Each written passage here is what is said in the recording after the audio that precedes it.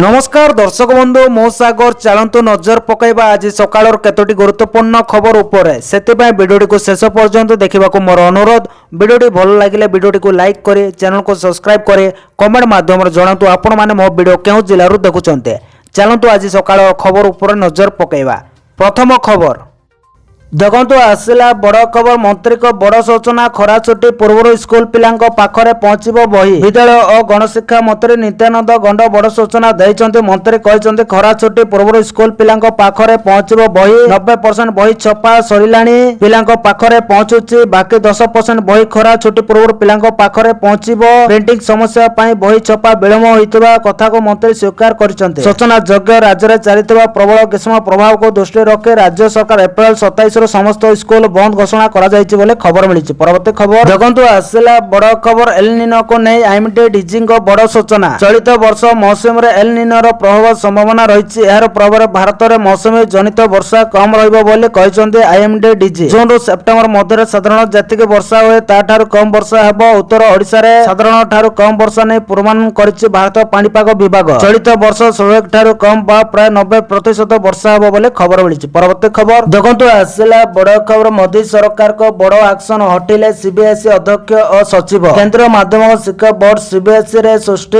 होइतबा बड़ विवाद पर केंद्र मोदी सरकार एक बड़ प्रशासनिक कार्यानुष्ठान ग्रहण करछन्ते। Board on scanning marking OSM portal विवाद को नै देशव्यापी हटचमट सृष्टि हेबा पर सरकार सीबीएसई अध्यक्ष चेयरमैन राहुल सिंह एवं सचिव सेक्रेटरी हिमांशु गुप्ता को तुरंत बदली कर दैछन्ते। या सहित परीक्षा प्रक्रिया रे होइतबा अनियमिततार तदंत पई सरकार को पक्षरु एक उच्च स्तरीय जांच कमिटी मध्य गठन करा जायछि बोली खबर मिलिछि। परवर्ती खबर देखंतु आसिला बड़ खबर। पुणी बस भड़ा बढ़ाइले राज्य सरकार। पुणी बढ़िला बस भड़ा बढ़ाइले राज्य सरकार। ऑर्डिनरी और एक्सप्रेस बस भड़ा किमी पिछा 2 पैसा वृद्धि होइछि। तबे ऑर्डिनरी बस भड़ा किमी पिछा 90 पैसा रु 92 पैसा को वृद्धि होइतबा बेले एक्सप्रेस बस भड़ा किमी पिछा 94 पैसा रु 96 पैसा एवं डिलक्स भड़ा 131 पैसा रु 135 पैसा को वृद्धि होइछि। एसी डिलक्स भड़ा 159 पैसा रु 163 पैसा, सुपर डिलक्स भड़ा 247 पैसा रु 253 पैसा को वृद्धि पाइछि। तेल दर वृद्धि को दृष्टि रखी राज्य सरकार बस भड़ा बढ़ाइबा को निष्पत्ति नैछन्ते। निकटरे मे मासरे बस भड़ा वृद्धि पाइथिला 2 पैसा रु 6 पैसा पर्यंत वृद्धि करा जायतिला बोले खबर मिलिछि। परवर्ती खबर देखंतु आसिला बड़ खबर। अपेक्षार हेला अंत, केरळम छोइला मौसमी वायु। सारा देश रे पागर ढांचा द्रुत गति रे परिवर्तन होछि। आ सबठारु खुशीर कथा होछि भारत पाणीपाग विभाग आईएमडी अनुसार दक्षिण पश्चिम मौसम केरळ रे पहुंचिछि। ए समय अनेक राज्य रे पाक मौसमी कार्यकलाप तीव्र होइछि एवं आगामी किछि दिन पर्यंत वर्षा, वज्रपात एवं प्रबल पवन जारी रहिबार संभावना रहिछि। प्रथमे आकलन करा जायतिला जे मौसमी 26 मई रे केरळ रे पहुंचिबो, किंतु यह निर्धारित समय ठारू प्राय 9 दिन विलंब रे पहुंचितिला। साधारणतः मौसमी जून 1 सुधा केरळ रे पहुंचिथाय एवं परवर्ती समय प्राय 1.5 मास मध्य पूरा देश को कवर करिथाय। केरळ रे आगामी 7 दिन मध्य प्रबल वर्षा होबार संभावना रहिछि। तमिलनाडु एवं कर्णाटक रो अनेक स्थान रे प्रबल वर्षा होबार संभावना रहिछि। केरळ रो अनेक स्थान रे प्रबल वर्षा आरंभ होई सारिछि, जहा फल रे बोली खबर मिलिछि। परवर्ती खबर देखंतु आसिला बड़ खबर। 2 वर्षर कार्य दक्षता नै प्रधानमंत्री मागिचंती तथ्य। मनमोहन कहिले राज्य रे बीजेपी सरकार को 2 वर्षर कार्य दक्षता नै प्रधानमंत्री नरेंद्र मोदी तथ्य मागितबा सूचना मिलिछि। एने राज्य भाजपा सभापति मनमोहन सामल सूचना दैछन्ते। मनमोहन सामल कहछन्ते जे राज्यर भाजपा सरकार कोन कार्य करछन्ती तार पूर्ण तथ्य प्रधानमंत्री को पक्षरु मगा जायछि। विशेष करी गत 2 वर्षर कार्यरत तथ्य देबाको कहा जायछि। से आहुरी कहछन्ती जे 2 वर्ष पूर्ति अवसर रे मुख्यमंत्री प्रधानमंत्री को राज्य को निमंत्रण करा जायछि। प्रधानमंत्री मोदी मध्य एही आमंत्रण को स्वीकार करि आसीबा पय आग्रह प्रकाश करथिबा से कहछन्ते। तारीख धार्य हेले प्रधानमंत्री को गस्त विवरणी स्पष्ट होबो बोले मनमोहन सामल जणाइछन्ते। एही अवसर को नै पंचायत ठारू आरंभ करि राज्य स्तर पर्यंत विभिन्न कार्यक्रम आयोजन पय प्रस्तुति चालिछि। एने चिटा प्रस्तुति शेष पर्यायर रहितबा बेले खूब शीघ्र संपूर्ण कार्यक्रम घोषणा करा जिवो बोली से कहछन्ते बोले खबर मिलिछि। परवर्ती खबर देखंतु आसिला बड़ खबर। अर्थ विभाग बड़ निर्देश, सरकार कार्य ईबी बाध्यतामूलक। अर्थ विभाग पक्षरु सोमवार एक गुरुत्वपूर्ण निर्देशावली जारी करा जायछि। सरकार कार्य इलेक्ट्रोनिक जानबाहन ईबी व्यवहार पय अर्थ विभाग पक्षरु बाध्यतामूलक करा जायछि। अर्थ विभाग निर्देश मुताबिक राज्यपाल एवं मुख्यमंत्री को सरकारी कार्य पय 30 लाख टंका पर्यंत इलेक्ट्रोनिक जानबाहन ईबी किणवा नै अनुमोदन करा जायछि। सेहिपरि हाईकोर्ट मुख्य विचारपति एवं मंत्री पय 30 लाख टंका पर्यंत ईबी गाड़ी किणा जाई परिबो। एपरिक मुख्य सचिव उन्नयन कमिशनर सचिव स्तरीय अधिकारी 25 लाख पर्यंत ईवी जानवाहन किणवा नहीं अर्थ विभाग पक्षर कहुई 20 लाख टंका पर्यंत जिला जज जिलापाल एवं एसपी को लगी ईवी जानवाहन किणा जाई परिबो। अर्थ विभाग अनुमोदन पर ईवी किणी पारिबे बोले खबर मिली। परवर्ती खबर देखंतु आसिला बड़ खबर रायरंगपुर सभा जोग देवे राष्ट्रपति प्रधानमंत्री। राज्य सरकार को 2 वर्ष पूर्ति अवसर में आसंता 20 तारिख में मयूरभंज जिला रायरंगपुर ठारे आयोजित कार्यक्रम में राष्ट्रपति द्रौपदी मुर्मू एवं प्रधानमंत्री नरेंद्र मोदी जोग देवा नहीं स्वीकृति देइचंते। कार्यक्रम सफल रूपायन लगी मंगलवार लोकसभा भवन ठारे मुख्यमंत्री मोहन चरण मांझी अध्यक्षतार एक उच्च स्तरीय बैठक अनुष्ठित होइतिला। बैठक में मुख्यमंत्री सुरक्षा व्यवस्था सभा जोग देउतबा साधारण लोकंक पई सुविधा पार्किंग व्यवस्था पई उपस्थित अधिकारी को निर्देश देइतिले। राष्ट्रपति एवं प्रधानमंत्री कार्यक्रम में जोग देउतबार कार्यक्रम को किपरि सुचारू रूपे कराजिबो सेने मुख्यमंत्री गुरुत्व प्रकाश करी स्वतंत्र दृष्टि देवाको अधिकारी को निर्देश देइचंते। एही अवसर में ओडिशा पई अनेक गुरुत्वपूर्ण प्रकल्पर उद्घाटन और शिलान्यास कराजिबार कार्यक्रम रहिছে। बैठक में मुख्य शासन सचिव अनुगर्ग उन्नयन कमिशनर डीके सिंह गृह विभाग अतिरिक्त मुख्य शासन सचिव हेमंत शर्मा मुख्यमंत्री को अतिरिक्त मुख्य शासन सचिव शाश्वत मिश्र प्रमुख जोग देइथिले बोले खबर मिली। परवर्ती खबर देखंतु आसिला बड़ खबर खूब शीघ्र बंद होबो आधार ऐप सरकार जारी कले अलर्ट। आपण मध्य आधार संबंध कार्य पई एम आधार ऐप व्यवहार करते कि जदि हां तबे एही खबर विषय सचेतन हेबा एबे आपणक पई अत्यंत गुरुत्वपूर्ण। कारण पुराना एप्लिकेशन अर्थात एम आधार खूब शीघ्र बंद होबाकू जाउछि। एहा बदल रे सरकार एक नुआ एप्लिकेशन प्रचलन करुचंती जा उन्नत वैशिष्ट्य एवं अधिक गोपनीयता सुरक्षा प्रदान करिवो। नुआ ऐप केबे लॉन्च होबो? प्रकृत रे सरकार संपत्ति घोषणा करिचंती जे आधार ऐप रो पुराना संस्करण खूब शीघ्र बंद होई जबो। फलस्वरूप व्यवहारकारी मानको एबे प्ले स्टोर रु नुआ ऐप डाउनलोड करबाकू पड़िबो। नुआ ऐप पूर्वरु सक्रिय होई सारिछि तेनु आपण चाहिले याको एबे डाउनलोड करि पारिबे। एई ऐप टी मध्ये UIDAI द्वारा लॉन्च करा जायछि एवं याको केवल आधार ऐप ना दिया जायछि बोली खबर मिलिछि। परवर्ती खबर देखंतु आसिला बड़ खबर SC ST SC BC और OBC छात्र छात्रींक पई बड़ उपहार। बीजेपी सरकार आसीबार 2 वर्ष भितरे वृत्तिगत शिक्षा क्षेत्र रे SC ST SC BC और OBC को पई राज्य सरकार को बड़ उपहार दैचंते जहा कि 24 वर्षर बीजेडी सरकार समय होई नथिला। कांग्रेस भी दीर्घ दिन शासन रे थिबा बेले संरक्षण देई नथिले। पूर्व अनुसूचित जनजाति वर्ग छात्र छात्रींक संरक्षण हार 12% थिबा बेले ताहा एबे 22.5% एवं अनुसूचित जाति छात्र छात्रींक पई संरक्षण 8% रु 16.25% को वृद्धि पाइछि। सेहिपरि सामाजिक और शिक्षागत भावे पछुआ वर्गक पई पूर्व कोनोसी संरक्षण व्यवस्था नथिबा बेले वर्तमान यह 21.25% होइछि। यह द्वारा राज्यर लक्ष लक्ष SC ST SC BC और OBC छात्र छात्री उपकृत हेबे बोली खबर मिलिछि। परवर्ती खबर देखंतु आसिला बड़ खबर सरकारी गाड़ी पई पेट्रोल पंप को मिलिबो अगुआ टंका। मोहन सरकार को बड़ निष्पत्ति। सरकारी कार्यर निरवच्छिन्न तथा सुचारू परिचालन पई राज्य सरकार एक बड़ एवं गुरुत्वपूर्ण निष्पत्ति नैचंते। एणिकि सरकारी गाड़ी गुड़िकर तेल पेट्रोल डीजल खर्च बाबदक पेट्रोल पंप गुड़िक अगुआ टंका प्रदान करा जिवो। अर्थ विभाग पक्षरु ए संपर्क आनुष्ठानिक भावे सूचना दिया जायछि। नुआ निष्पत्ति अनुसार सरकारी गाड़ी गुड़िक पई आगामी 2 मासर अनुमानिक तेल खर्च जेतिकि हेबो सही अर्थ राशि को सरकार पूर्वरु ही समुक्त पेट्रोल पंप गुड़िक पैठ करदेबे। एहा द्वारा तेल पई सरकारी गाड़ी गुड़िकर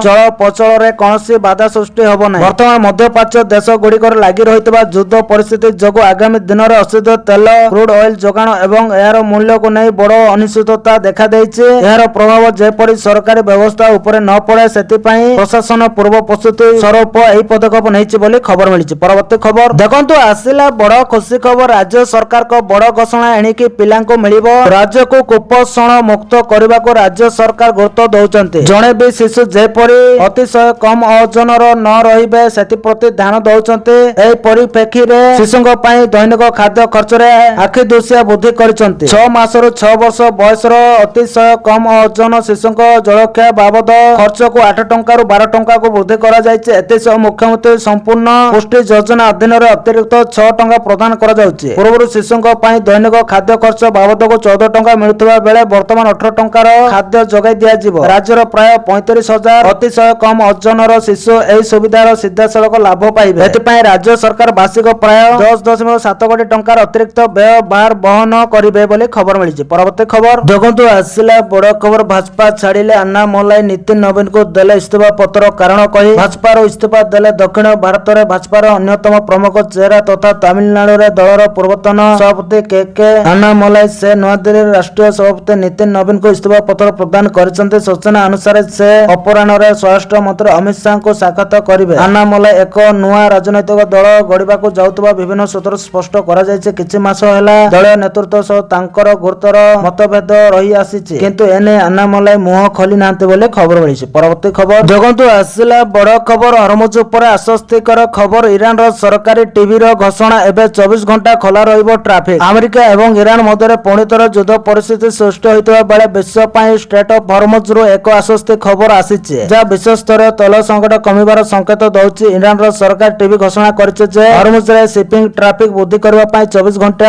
ଟ୍ରାନଜିଟ୍ ସେବା ଯୋଗାଇ ଦିଆଯିବ। ଇରାନର ଏହି ନିଷ୍ପତ୍ତି ପରେ ଏବେ ଏହି ସାମୁଦ୍ରିକ ମାର୍ଗ ଦେଇ ତେଲ ଏବଂ ଅନ୍ୟାନ୍ୟ ଜାହାଜ ଗୁଡ଼ିକର ଚଳାଚଳ ଦିନ ରାତି ବିନା ବାଧାରେ ହୋଇପାରିବ। ଏହାଦ୍ୱାରା ଅନ୍ତର୍ଜାତୀୟ ବଜାରରେ ଅଶୋଧିତ ତେଲର ଯୋଗାଣ ବୃଦ୍ଧି ପାଇବା ଏବଂ ଦରରେ ସ୍ଥିରତା ଆସିବ ବୋଲି ଆଶା କରାଯାଉଛି ବୋଲି ଖବର ମିଳିଛି। ପରବର୍ତ୍ତୀ ଖବର ଦେଖନ୍ତୁ ଆସିଲା ବଡ଼ ଖବର। ଦିଲ୍ଲୀ ଗଲେ ନବୀନ, ବଢୁଛି ଚର୍ଚ୍ଚା, ଦେବୀ କହିଲେ। ବିରୋଧୀ ଦଳ ନେତା ତଥା ବିଜେଡି ସଭାପତି ନବୀନ ପଟ୍ଟନାୟକଙ୍କ 7 ଦିନିଆ ନୂଆଦିଲ୍ଲୀ ଗସ୍ତ କରିଛନ୍ତି। ନବୀନ ନିର୍ଦ୍ଦିଷ୍ଟ ଭାବେ କେଉଁ ଉଦ୍ଦେଶ୍ୟ ନେଇ ଦିଲ୍ଲୀ ଯାଇଛନ୍ତି ସେ ନେଇ ମୁହଁ ଖୋଲି ନାହାନ୍ତି। ମାତ୍ର ତାଙ୍କ ଗସ୍ତ ପରେ ବରିଷ୍ଠ ନେତା ଦେବୀ ମିଶ୍ର କହିଛନ୍ତି, ପ୍ରାୟ ସପ୍ତାହ ବ୍ୟାପୀ କାର୍ଯ୍ୟକ୍ରମ ଲାଗି ସେ ଦିଲ୍ଲୀ ଯାଇଛନ୍ତି। ଏଇଟା ଗୋଟେ ତାଙ୍କର ରୁଟିନ କାର୍ଯ୍ୟକ୍ରମ। ଆଉ କଣ କାର୍ଯ୍ୟକ୍ରମ ଚୂଡ଼ାନ୍ତ ହୋଇଥିବ ତାହା ତାଙ୍କୁ ଜଣା ନାହିଁ ବୋଲି ଦେବୀ କହିଛନ୍ତି ବୋଲି ଖବର ମିଳିଛି। ପରବର୍ତ୍ତୀ ଖବର ଦେଖନ୍ତୁ ଆସିଲା ବଡ଼ ଖବର। ବିନାଶକାରୀ ସାଜିବ କୁଆପଥର, ବୈଜ୍ଞାନିକ ସତର୍କ ବାଣୀ। ପ୍ରକୃତିର ରୂପ ଦିନକୁ ଦିନ ବଦଳିବାରେ ଲାଗିଛି। କେତେବେଳେ ପ୍ରବଳ ଖରା ତ କେତେବେଳେ ଅଦିନିଆ ବର୍ଷା ଓ ବାତ୍ୟା ମଣିଷ ସମାଜକୁ ଚିନ୍ତାରେ ପକାଉଛି। ଏହି କ୍ରମରେ ପାଣିପାଗ ବିଜ୍ଞାନୀ ମାନେ ଏକ ନୂତନ ଅଧ୍ୟୟନକୁ ଏକ ଭୟଙ୍କର ଚେତାବନୀ ଦେଇଛନ୍ତି। ବୈଜ୍ଞାନିକ କହିବା ଅନୁଯାୟୀ ଆଗାମୀ ଦିନରେ ଆକାଶରୁ ପଡୁଥିବା ସାଧାରଣ କୁଆପଥର ଆଉ ସାଧାରଣ ହୋଇ ରହିବ ନାହିଁ, ବରଂ ଏହା ତବାହିର ଗୋଲା ବା ବିନାଶକାରୀ ଗୋଲାରେ ପରିଣତ ହେବ ବୋଲି ଖବର ମିଳିଛି। ପରବର୍ତ୍ତୀ ଖବର ଦେଖନ୍ତୁ ଆସିଲା ବଡ଼ ଖବର। ଶ୍ରୀମନ୍ଦିରରେ ଖୋଲିବ ଇ ହୁଣ୍ଡି, ଅନଲାଇନରେ ଦାନ କରିବେ ଶ୍ରଦ୍ଧାଳୁ। ପୁରୀ ଶ୍ରୀମନ୍ଦିର ପାଇଁ ଓଡ଼ିଶା ସରକାର ଡିଜିଟାଲ ଇ ହୁଣ୍ଡି ଦାନ ପ୍ଲାଟଫର୍ମ ଆରମ୍ଭ କରିବାକୁ ଯାଉଛନ୍ତି, ଯାହା ଦ୍ୱାରା ଭାରତ ଓ ବିଦେଶରେ ରହୁଥିବା ଶ୍ରଦ୍ଧାଳୁ ମାନେ ଅନଲାଇନରେ ମନ୍ଦିରର ହୁଣ୍ଡିକୁ ଦାନ କରିପାରିବେ। ଏହି ବ୍ୟବସ୍ଥାର ପ୍ରଣୟନ ପ୍ରକ୍ରିୟାକୁ ଚୂଡ଼ାନ୍ତ କରିବା ପାଇଁ ଆଜି ଆଇନ ମନ୍ତ୍ରୀ ପୃଥ୍ୱୀରାଜ ହରିଚନ୍ଦନଙ୍କ ଅଧ୍ୟକ୍ଷତାରେ ଏକ ପ୍ରସ୍ତୁତି ବୈଠକ ଅନୁଷ୍ଠିତ ହୋଇଯାଇଛି। ଆଜିର ବୈଠକରେ ପ୍ରସ୍ତାବିତ ଇ ହୁଣ୍ଡି ବ୍ୟବସ୍ଥାରେ ଶ୍ରଦ୍ଧାଳୁ ମାନେ ମନ୍ଦିରକୁ ନ ଯାଇ ନିଜର ଜନ୍ମଦିନ, ବିବାହ ବାର୍ଷିକୀ ଭଳି ସ୍ୱତନ୍ତ୍ର ଉତ୍ସବରେ କିମ୍ବା କୌଣସି ମାନସିକ ପୂରଣ ହେବା ପରେ ଅନଲାଇନରେ ଦାନ କରିପାରିବେ। ଏହି ପ୍ଲାଟଫର୍ମ ମାଧ୍ୟମରେ ଦିଆଯାଉଥିବା ଦାନ ଆୟକର ରିହାତି ପାଇଁ ଯୋଗ୍ୟ ବିବେଚିତ ହେବ। ଏହି ଅର୍ଥ ପୁରୀ ଶ୍ରୀମନ୍ଦିରର ବିକାଶ ଓ ପରିଚାଳନା ପାଇଁ ବ୍ୟବହାର କରାଯିବ। ଅନଲାଇନ ଫ୍ରଡରୁ ରକ୍ଷା ପାଇବା ଓ କାରବାରର ସୁରକ୍ଷା ନିଶ୍ଚିତ କରିବା ପାଇଁ ଶ୍ରୀ ହରିଚନ୍ଦନ ସାଇବର ସୁରକ୍ଷା ବ୍ୟବସ୍ଥା ଉପରେ ଗୁରୁତ୍ୱ ଦେଇଛନ୍ତି। ଆଜିର ବୈଠକରେ ଆଇନ କମିଶନ ଅଧ୍ୟକ୍ଷ ଜଷ୍ଟିସ ବିଶ୍ୱନାଥ ରଥ, ମନ୍ଦିରର ମୁଖ୍ୟ ପ୍ରଶାସକ ଅରବିନ୍ଦ ପାଢୀ, ଆଇନ ବିଭାଗର ପ୍ରମୁଖ ସଚିବ ପବିତ୍ର ମୋହନ ସାମଲ ଓ ଅନ୍ୟାନ୍ୟ ବରିଷ୍ଠ ଅଧିକାରୀ ମାନେ ଉପସ୍ଥିତ ଥିଲେ ବୋଲି ଖବର ମିଳିଛି। ପରବର୍ତ୍ତୀ ଖବର ଦେଖନ୍ତୁ ଆସିଲା ବଡ଼ ଖବର। ରାଜ୍ୟ ସରକାରଙ୍କ ବଡ଼ ପଦକ୍ଷେପ, ସମସ୍ତ ସରକାରୀ କର୍ମଚାରୀଙ୍କୁ ଓଡ଼ିଆ ଭାଷାରେ ତାଲିମ। ରାଜ୍ୟ ସରକାରଙ୍କ ଏକ ବଡ଼ ଓ ଗୁରୁତ୍ୱପୂର୍ଣ୍ଣ ପଦକ୍ଷେପ ରାଜ୍ୟ ପ୍ରଶାସନରେ ଓଡ଼ିଆ ଭାଷାକୁ ଆହୁରି ସୁଦୃଢ଼ କରିବାକୁ ଲକ୍ଷ୍ୟ କରି ଗ୍ରହଣ କରାଯାଇଛି। ଏହା ଅନୁସାରେ ସମସ୍ତ ସରକାରୀ ଅଧିକାରୀ ଓ କର୍ମଚାରୀଙ୍କୁ ଓଡ଼ିଆ ଭାଷାରେ ଅଫିସ କାର୍ଯ୍ୟ କରିବା ପାଇଁ 2 ଦିନିଆ ବିଶେଷ ତାଲିମ ଦିଆଯିବ। ଏହି ପ୍ରଶିକ୍ଷଣ କାର୍ଯ୍ୟକ୍ରମ ଭୁବନେଶ୍ୱରରେ 10 ଓ 11 ତାରିଖରେ ଆୟୋଜିତ ହେବ ବୋଲି ସରକାରଙ୍କ ପକ୍ଷରୁ ଘୋଷଣା କରାଯାଇଛି। ସରକାରୀ ତରଫରେ ଦୈନିକ କାର୍ଯ୍ୟ, ଚିଠିପତ୍ର, ରିପୋର୍ଟ ଓ ଅନ୍ୟାନ୍ୟ ପ୍ରଶାସନିକ କାମ ଓଡ଼ିଆ ଭାଷାରେ କିପରି ସଠିକ ଭାବେ କରାଯାଇ ପାରିବ ସେଥିପାଇଁ ଏହି ତାଲିମ ଦିଆଯିବ। ଏନେଇ ବିଧିବଦ୍ଧ ଭାବେ ବିଜ୍ଞପ୍ତି ପ୍ରକାଶ ପାଇଛି ଏବଂ ସମସ୍ତ ବିଭାଗକୁ ଏହା ଅବଗତ କରାଯାଇଛି। ତାଲିମ କାର୍ଯ୍ୟକ୍ରମ ପାଇଁ ଅଂଶଗ୍ରହଣକାରୀ ଅଧିକାରୀ ଓ କର୍ମଚାରୀଙ୍କ ନାମ ତାଲିକା 6 ତାରିଖ ସୁଦ୍ଧା ଦେବାକୁ ସ୍ପଷ୍ଟ ନିର୍ଦ୍ଦେଶ ଜାରି କରାଯାଇଛି। ଏହି ପଦକ୍ଷେପକୁ ପ୍ରଶାସନିକ କ୍ଷେତ୍ରରେ ଓଡ଼ିଆ ଭାଷାର ବ୍ୟବହାର ବଢ଼ାଇବା ଏବଂ ରାଜ୍ୟ ସରକାରୀ କାର୍ଯ୍ୟ ପ୍ରଣାଳୀକୁ ଅଧିକ ସ୍ଥାନୀୟ ଭାଷାମୁଖୀ କରିବା ଦିଗରେ ଏକ ଗୁରୁତ୍ୱପୂର୍ଣ୍ଣ ପ୍ରୟାସ ଭାବେ ଦେଖାଯାଉଛି ବୋଲି ଖବର ମିଳିଛି। ପରବର୍ତ୍ତୀ ଖବର ଦେଖନ୍ତୁ ଆସିଲା ବଡ଼ ଖବର। ପେଟ୍ରୋଲ ଡିଜେଲ ଚିନ୍ତା ହେବ ଦୂର, ଭାରତ ସହ ବଡ଼ ଡିଲ୍ କରିବାକୁ ଆସିଲେ ଭେନେଜୁଏଲାର ଅନ୍ତରୀଣ ରାଷ୍ଟ୍ରପତି। ପେଟ୍ରୋଲ ଏବଂ ଡିଜେଲକୁ ନେଇ ଭାରତ ଚିନ୍ତା ଆଗାମୀ ସମୟରେ କିଛି ମାତ୍ରାରେ କମିପାରେ। ଏହାର କାରଣ ହେଉଛି ବିଶ୍ୱର ସର୍ବବୃହତ ତୈଳ ଭଣ୍ଡାର ଥିବା ଦେଶମାନଙ୍କ ମଧ୍ୟରେ ଅନ୍ୟତମ ଭେନେଜୁଏଲା। ଯଦି ଭାରତ ଏବଂ ଭେନେଜୁଏଲା ମଧ୍ୟରେ ଶକ୍ତି କ୍ଷେତ୍ରରେ ବଡ଼ ଚୁକ୍ତିନାମା ହୁଏ, ତେବେ ଭାରତକୁ ଅଶୋଧିତ ତେଲ କ୍ରୁଡ ଅଏଲ ପାଇଁ କେବଳ ରୁଷିଆ ଏବଂ ଖାଡ଼ି ଦେଶ ଗୁଡ଼ିକ ଉପରେ ନିର୍ଭର କରିବାକୁ ପଡ଼ିବ ନାହିଁ। ଏହି କ୍ରମରେ ଭେନେଜୁଏଲାର ଅନ୍ତରୀଣ ରାଷ୍ଟ୍ରପତି ଡେଲସି ରୋଡ୍ରିଗେଜ 3 ରୁ 7 ଜୁନ ପର୍ଯ୍ୟନ୍ତ ଭାରତ ଗସ୍ତରେ ଅଛନ୍ତି। ଏହି ସମୟ ମଧ୍ୟରେ ଉଭୟ ଦେଶ ମଧ୍ୟରେ ଶକ୍ତି, ତେଲ ଯୋଗାଣ, ନିବେଶ ଏବଂ ବାଣିଜ୍ୟ ସହ ଜଡ଼ିତ ଅନେକ ଗୁରୁତ୍ୱପୂର୍ଣ୍ଣ ପ୍ରସଙ୍ଗରେ ଆଲୋଚନା ହେବାର ସମ୍ଭାବନା ରହିଛି। ବିଶ୍ୱାସ କରାଯାଉଛି ଯେ ଏହି ଗସ୍ତ କାଳରେ ଅନେକ ଗୁରୁତ୍ୱପୂର୍ଣ୍ଣ ଚୁକ୍ତିନାମା ମଧ୍ୟ ହୋଇପାରେ ବୋଲି ଖବର ମିଳିଛି। ପରବର୍ତ୍ତୀ ଖବର ଦେଖନ୍ତୁ ଆସିଲା ବଡ଼ ଖବର। 2 ବର୍ଷରେ ବଦଳିଲା ଚିତ୍ର, ଅଭିଯୋଗ ଶୁଣାଣିରେ ବଢିଲା ଲୋକଙ୍କ ଆସ୍ଥା। ମୁଖ୍ୟମନ୍ତ୍ରୀଙ୍କ ଅଭିଯୋଗ ପ୍ରକୋଷ୍ଠରେ 18ତମ ପାଳି ଶୁଣାଣି 2 ବର୍ଷରେ ହେଲାଣି। 96% ଅଭିଯୋଗର ସମାଧାନ। ମୁଖ୍ୟ मुख्यमंत्री मोहन चरण मांझी अभियोग प्रकोष्ठରେ सोमवार 18तम पाଳି अभियोग शुणाणी अनुष्ठित हो जायछि। एही शुणाणी रे मुख्यमंत्री सहित 13 जन मंत्री अतिरिक्त मुख्य शासन सचिव एवं विभिन्न विभागर वरिष्ठ पदाधिकारी माने उपस्थित रही साधारण लोकंक समस्या और अभियोग शुणिचंते। विगत 2 वर्ष मध्य राज्य सरकार को अभियोग शुणाणी प्रक्रिया राज्य प्रशासनिक व्यवस्थार एक अभिन्न अंग पालिटी जायछि। या द्वारा प्रशासन उपरे साधारण लोकंक आस्था और विश्वास बहु गुण रे वृद्धि पाइछि। पूर्व भली लोक मानको निजर आपत्ति अभियोग पई आउ हैरान हरकत हेबाको पड़ु नै बोली मुख्यमंत्री कहिसंते बोले खबर मिलिछि। परवर्ती खबर देखंतु आसेला बड़ खबर छोट पिलांक पई सोशल मीडिया निषेध। मालेशिया सोमवार दिन एक नूतन नियम लागू करछि। 16 वर्षर कम बयसर पिलामान आउ सोशल मीडिया अकाउंट तैयारी करि परिबे नै। फेसबुक, इंस्टाग्राम, टिकटॉक एवं यूट्यूब समेत समस्त प्रमुख सोशल मीडिया प्लेटफॉर्म व्यवहार करबा पूर्वरु बयस जांच आवश्यकता। 16 वर्षर कम बयसर पिलामानको अकाउंट तैयारी करबा निषेध। एही सरकार नियम उल्लंघन करतवा कंपनी गुडी को 25 लाख टंका पर्यंत जरिमाना देबाको पड़िबो। एही नूतन नियम अनुसार जदि पिलामाने कोनोसी प्रकार रे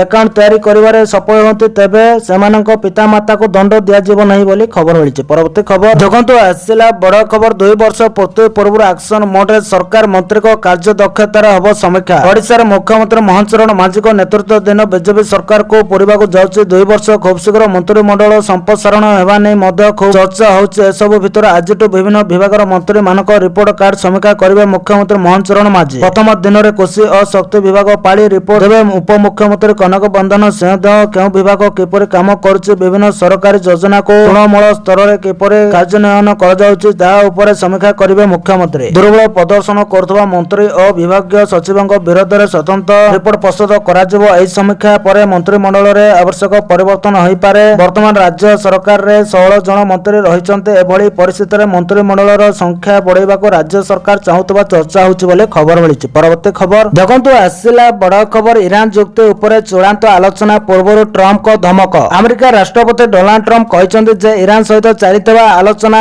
सकारात्मक दिगरे अग्रसर होछि एवं दुई देश मध्य एक संभाव्य जुक्तिनामार संभावना देखा जाउछि। किंतु से स्पष्ट करचंती जे कोनोसी जुक्तिनामा पई सबुठारु गुरुत्वपूर्ण शर्त हो जे ईरान परमाणु अस्त्र हासिल न करे। एक साक्षात्कार रे डोनाल्ड ट्रम्प कहचंती जे आलोचना आगको बढ़ुछि किंतु ए पर्यंत कोनोसी चूड़ांत जुक्ति होई नै। से कहचंती मो पई सबुठारु बड़ ग्यारंटी होछि जे ईरान परमाणु अस्त्र रखिबो नै एवं से माने एतिरे राजी होइचंती बोली खबर मिलिछि। परवर्ती खबर देखंतु आसिला बड़ खबर पेंशन भोगींक खलिबो भाग्य अष्टम वेतन रे 20,000 टपिबो सर्वनिम्न पेंशन मिलिबो दरमार 100%। केंद्र सरकारी कर्मचारी एवं पेंशन भोगी माने दीर्घ समय धरि अष्टम वेतन कमिशन को अपेक्षा करि रहिचंते। जदिओ सरकार को पक्षरु एहाको लागू करबा पय कोनोसी अधिकारी तारीख घोषणा करा जाय नै, किंतु एही समय एक बड़ खबर सामना को आसीछि जहा लक्ष लक्ष पेंशन भोगी को आशा बढ़ाई दैछि। कुआ जाउछि जे एथर अष्टम वेतन कमिशन रे केवल दरमा वृद्धि नय बरं वरिष्ठ पेंशन भोगी मानक अधिक आर्थिक सुरक्षा प्रदान करबा उपरे विशेष गुरुत्व दिया जाई पारे बोली खबर मिलिछि। परवर्ती खबर देखंतु आसिला बड़ खबर राज्यसभा प्रार्थी हेबा परे आसिला देवाशिष को प्रथम प्रतिक्रिया खली कहिदेले। ओडिशा पय हेबाकु थिबा राज्यसभा उपनिर्वाचन पय भाजपा प्रार्थी घोषणा करिछि। देवाशिष सामंतराय को टिकट दैछि भाजपा। प्रार्थी हेला परे देवाशिष को प्रथम प्रतिक्रिया सामना को आसीछि। मुख्यमंत्री मोहन मांझी सभापति मनमोहन सामल को कृतज्ञता जणाउछि। मोर कार्यकाल आउ 4 वर्ष थिबारो मते हटाइबा को निष्पत्ति निया जायछि। प्राय काली मो नामांकन भरिबार संभावना रहिछि। भाजपा को मजबूत करबा पय काम करिवे बोले देवाशिष कहिसंते। अन्यपटे बीजेडी को मध्य कटाक करचंते। बीजेडी रे सब ठीक नाही कर्मी को ठारो जणा पडुछि बोले कहिसंते बोले खबर मिलिछि। परवर्ती खबर देखंतु आसिला बड़ खबर ओडिशा पय भलो खबर कोस्टल हाईवे को मंजूरी। ओडिशा पय आज एक भलो खबर आसीछि। कोस्टल हाईवे प्रकल्प को केंद्र कैबिनेट मंजूरी दैछि। प्रधानमंत्री नरेंद्र मोदी को अध्यक्षता रे बसितबा गुरुत्वपूर्ण बैठक रे एही निष्पत्ति निया जायछि। एने सूचना दैछन्ते केंद्र मंत्री अश्विनी वैष्णव। सरकार रामेश्वरରୁ पारादीप पर्यंत नुआ कोस्टल हाईवे निर्माण करिवे। प्राय 163 किलोमीटर लंब एही रास्ता पई 8,300 कोटी रो अधिक टंका खर्च करा जिवो। एही प्रकल्प हाइब्रिड मॉडल रे दुईटी पर्याय निर्माण करा जिवो। प्रथमटी रामेश्वरରୁ कोणार्क पर्यंत एक 4 लेन विशिष्ट रास्ता। द्वितीयटी कोणार्कରୁ पारादीप पर्यंत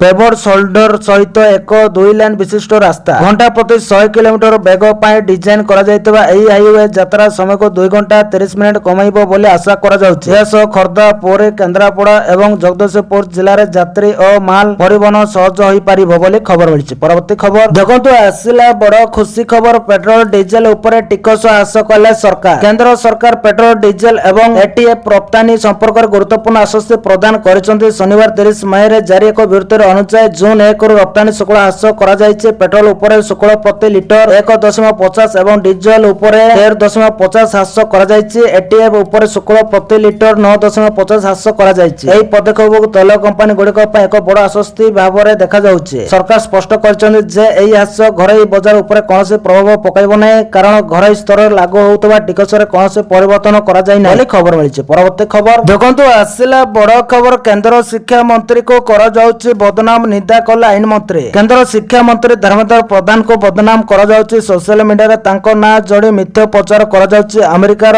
ମେଲରୋଜ ଅଞ୍ଚଳରେ ଥିବା ଏକ ଘର ତାଙ୍କ ସହ ଜଡ଼ିତ ବୋଲି ପ୍ରଚାର କରାଯାଉଛି, ହେଲେ ଏଥିରେ କୌଣସି ସତ୍ୟ ନଥିବା ସ୍ପଷ୍ଟ ହୋଇଛି। ଅନ୍ୟ ପକ୍ଷରେ ସୋସିଆଲ ମିଡିଆରେ କରାଯାଉଥିବା ଅପପ୍ରଚାରକୁ ନିନ୍ଦା କରିଛନ୍ତି ଆଇନ ମନ୍ତ୍ରୀ ପୃଥ୍ୱୀରାଜ ହରିଚନ୍ଦନ। ସୋସିଆଲ ମିଡିଆରେ କୁହାଯାଉଛି ଆମେରିକା ମେଲରୋଜରେ ଥିବା ଘରଟି ରାଜେନ୍ଦ୍ର ମହାପାତ୍ର ଓ ତାଙ୍କ ପତ୍ନୀ କମଳ ମହାପାତ୍ରଙ୍କ ନାମରେ ଥିବା କଥା କୁହାଯାଉଛି। ଏହି ଦମ୍ପତି ଆମେରିକାରେ ଦୀର୍ଘ ବର୍ଷ ଧରି ବସବାସ କରୁଛନ୍ତି। ସେମାନେ ସେଠାରେ ବ୍ୟବସାୟ କରୁଥିବା ଦାବି କରାଯାଉଛି, କିନ୍ତୁ ଯାଞ୍ଚ ପରେ ସ୍ପଷ୍ଟ ହୋଇଛି ଏହି ଦାବି ସମ୍ପୂର୍ଣ୍ଣ ଭୁଲ ଓ ଭ୍ରମାତ୍ମକ। ଉପଲବ୍ଧ ରେକର୍ଡ ଓ ତଥ୍ୟ ଅନୁସାରେ ରାଜେନ୍ଦ୍ର ମହାପାତ୍ର ଓ ଧର୍ମେନ୍ଦ୍ର ପ୍ରଧାନଙ୍କ ମଧ୍ୟରେ କୌଣସି ପାରିବାରିକ, ବ୍ୟକ୍ତିଗତ କିମ୍ବା ଆର୍ଥିକ ସମ୍ପର୍କ ନାହିଁ ବୋଲି ଖବର ମିଳିଛି। ପରବର୍ତ୍ତୀ ଖବର ଦେଖନ୍ତୁ, ଆସିଲା ବଡ଼ ଖବର। ରୋମାନିଆରେ ଚାକିରିର ସୁଯୋଗ, ଓଡ଼ିଶାରୁ ଶ୍ରମିକ ପଠାଇବେ ସରକାର। ରୋମାନିଆକୁ ଓଡ଼ିଶାରୁ ଶ୍ରମିକ ପଠାଇବେ ରାଜ୍ୟ ସରକାର। ଓଡ଼ିଶାର କୁଶଳୀ ଶ୍ରମ ଶକ୍ତି ପାଇଁ ୟୁରୋପରେ ବଡ଼ ସୁଯୋଗ ସୃଷ୍ଟି ହେବାକୁ ଯାଉଛି। ରୋମାନିଆରେ ପ୍ରାୟ 10 ଲକ୍ଷ ବ୍ଲୁ କଲାର ଓ ହ୍ୱାଇଟ୍ କଲାର କର୍ମଚାରୀଙ୍କ ଅଭାବ ଥିବାବେଳେ ସେଠାକାର ସରକାର ପ୍ରତିବର୍ଷ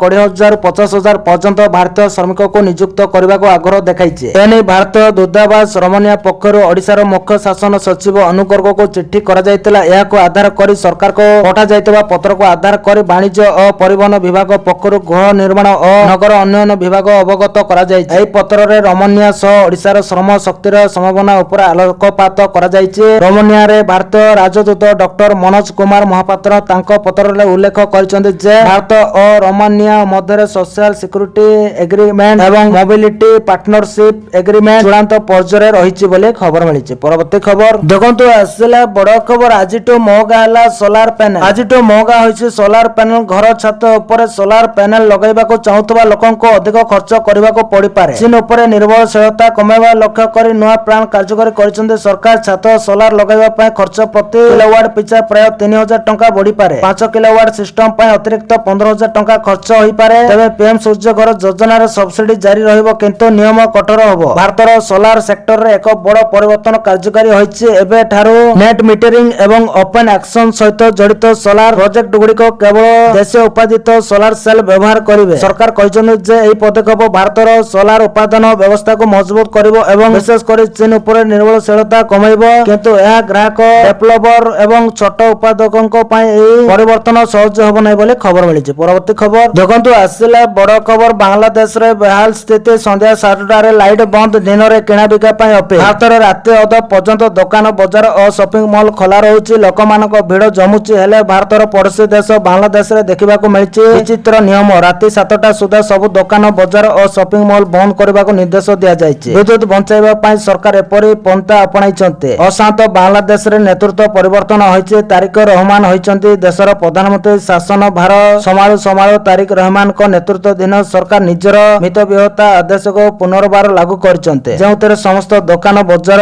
ଓ ମଲ ଗୁଡ଼ିକ ସନ୍ଧ୍ୟା 7ଟା ସୁଦ୍ଧା ବନ୍ଦ କରିବାକୁ ନିର୍ଦ୍ଦେଶ ଦିଆଯାଇଛି। ଦିନ ଆଲୋକରେ କିଣାକିଣି କରିବାକୁ ଗ୍ରାହକଙ୍କୁ ନିର୍ଦ୍ଦେଶ ଦିଆଯାଇଛି ବୋଲି ଖବର ମିଳିଛି। ପରବର୍ତ୍ତୀ ଖବର ଦେଖନ୍ତୁ, ଆସିଲା ବଡ଼ ଖବର। ରୁଷିଆରୁ ତେଲ ଆମଦାନୀ ଉପରେ ରୋକ ଲଗାଇବାକୁ ଆମେରିକାର ଚେତାବନୀ। ରୁଷିଆରୁ ଅଶୋଧିତ ତେଲ କରିବାକୁ ନେଇ ଭାରତ ଏବଂ ଆମେରିକା ମଧ୍ୟରେ ଆଉ ଏକ ବଡ଼ ମତଭେଦ ସାମ୍ନାକୁ ଆସିଛି। ଆମେରିକାର ବୈଦେଶିକ ମନ୍ତ୍ରୀ ମାର୍କୋ ରୁବିଓ ଭାରତକୁ ରୁଷିଆ ତେଲ ଆମଦାନୀ ଉପରେ ମିଳିଥିବା ସମସ୍ତ ସ୍ୱତନ୍ତ୍ର ରିହାତି ଏବଂ ବ୍ୟବସ୍ଥାକୁ ଯଥାଶୀଘ୍ର ସମାପ୍ତ କରିବାକୁ କହିଛନ୍ତି। ଆମେରିକା ସିନେଟର ବୈଦେଶିକ ସମ୍ପର୍କ ସମିତିର ଶୁଣାଣି ସମୟରେ ସେ କହିଛନ୍ତି ଯେ ଟ୍ରମ୍ପ ପ୍ରଶାସନ ସେହି ସମସ୍ତ ବିଶେଷ ବ୍ୟବସ୍ଥା ଏବଂ ପ୍ରତିବନ୍ଧରୁ ମିଳିଥିବା ଛାଡ଼କୁ ତୁରନ୍ତ ଶେଷ କରିବାକୁ ଚାହୁଁଛି, ଯାହା ଯୋଗୁଁ ଭାରତ ଭଳି ଦେଶ ରୁଷିଆରୁ ତେଲ କିଣିବାକୁ ସକ୍ଷମ ହେଉଛନ୍ତି। ରୁବିଓଙ୍କ ଏହି ବୟାନ ଏଭଳି ଏକ ସମୟରେ ଆସିଛି ଯେତେବେଳେ ରୁଷିଆ ୟୁକ୍ରେନ ଯୁଦ୍ଧ ସମୟରେ ଭାରତର ଶକ୍ତି ନୀତିକୁ ନେଇ ଆମେରିକା ଏବଂ ପାଶ୍ଚାତ୍ୟ ଦେଶ ଗୁଡ଼ିକର ଅଭିମୁଖ୍ୟ ବାରମ୍ବାର ବଦଳିବାରେ ଲାଗିଛି। ଏହା ଫଳରେ ଭାରତ ଆମେରିକା ସମ୍ପର୍କରେ ଏକ ପୁରୁଣା ବିବାଦ ପୁଣି ଥରେ ମୁଣ୍ଡ ଟେକିଛି ବୋଲି ଖବର ମିଳିଛି। ପରବର୍ତ୍ତୀ ଖବର ଦେଖନ୍ତୁ, ଆସିଲା ବଡ଼ ଖବର। ଦିଲ୍ଲୀ ଅଗ୍ନିକାଣ୍ଡ, ମୃତ୍ୟୁ ସଂଖ୍ୟା 21 को ବୃଦ୍ଧି ସହାୟତା ରାଶି ଘୋଷଣା କଲେ ପ୍ରଧାନମନ୍ତ୍ରୀ। ଦିଲ୍ଲୀ ଅଗ୍ନିକାଣ୍ଡ ଘଟଣାର ମୃତ୍ୟୁ ସଂଖ୍ୟା 21 को ବୃଦ୍ଧି ପାଇଛି। ଏଥିରେ ଦୁଃଖ ପ୍ରକାଶ କରିଛନ୍ତି ପ୍ରଧାନମନ୍ତ୍ରୀ ନରେନ୍ଦ୍ର ମୋଦି। ଏଥିସହିତ ପ୍ରଧାନମନ୍ତ୍ରୀ ଆହତମାନଙ୍କର ଆଶୁ ଆରୋଗ୍ୟ କାମନା କରିବା ସହ ମୃତକଙ୍କ